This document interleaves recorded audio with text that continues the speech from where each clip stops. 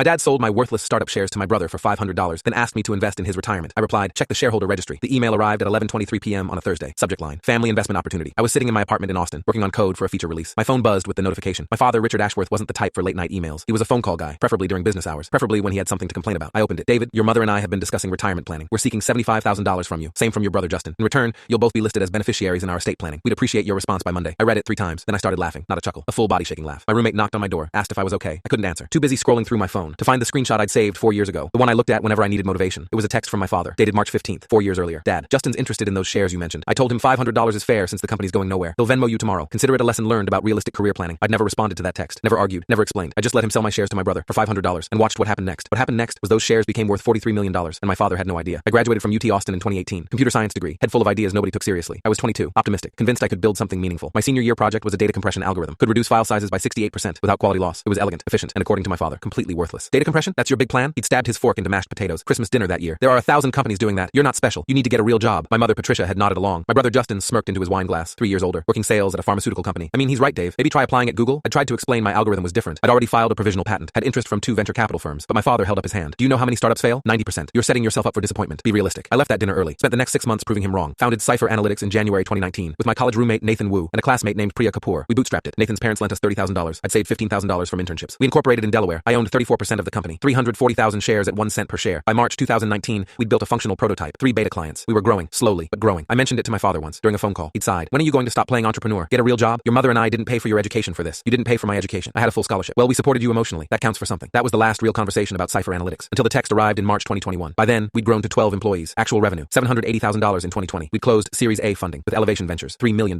My shares had been diluted to 28%, but they were worth approximately $840,000 on paper. Not life-changing money yet, but real value. I'd mentioned to my father I still had my shares. Said it casually, not thinking much of it. 2 weeks later, he texted me. Dad, been thinking about those shares? You holding on to them? Your brother Justin mentioned he might be interested in tech investments. Could be good for him to diversify. I should have seen it coming. Should have recognized the setup, but I was stupid. Still hungry for his approval. So I responded, me, yeah, I still have them. Company's doing okay. About to close another funding round. Dad, how much would you want for them? Ballpark. I'd done the math. At current valuation, my shares were worth about $840,000, but they were restricted stock. Couldn't sell them yet without board approval, and I didn't want to sell them. I believed in what we were building. Me, they're not really for sale. They're restricted and I want to keep them. The company's growing fast. Dad, everything's for sale at the right price. Give me a number. Me, Dad, I don't want to sell them. Dad, you're being stubborn. This is exactly why you'll never be successful in business. You don't know when to take a win. I'd made a mistake then. A big one. I'd gotten angry. Typed out something I shouldn't have. Me, fine. If Justin wants to invest in worthless shares so badly, he can have them for $500. That's what you think they're worth, right? A lesson in realistic career planning? I'd meant it sarcastically. Meant it as a challenge. A way to show my father how little he understood. I thought he'd back off. Realize I was mocking him. Instead, he took me seriously. Dad, $500. Done. Justin will Venmo you tomorrow. I'll have our family attorney draft a simple transfer agreement. This is good for both of you. He gets into tech investing. You get some cash for your little experiment. I'd stared at that text for 20 minutes. Surely he was joking. Surely he understood I was being sarcastic. But the next day, Justin Venmo'd me $500. Note said, for startup shares. Thanks, bro. Then my father emailed me a share transfer agreement, drafted by his attorney. Some guy who did basic estate planning. Full story is linked below or on my channel.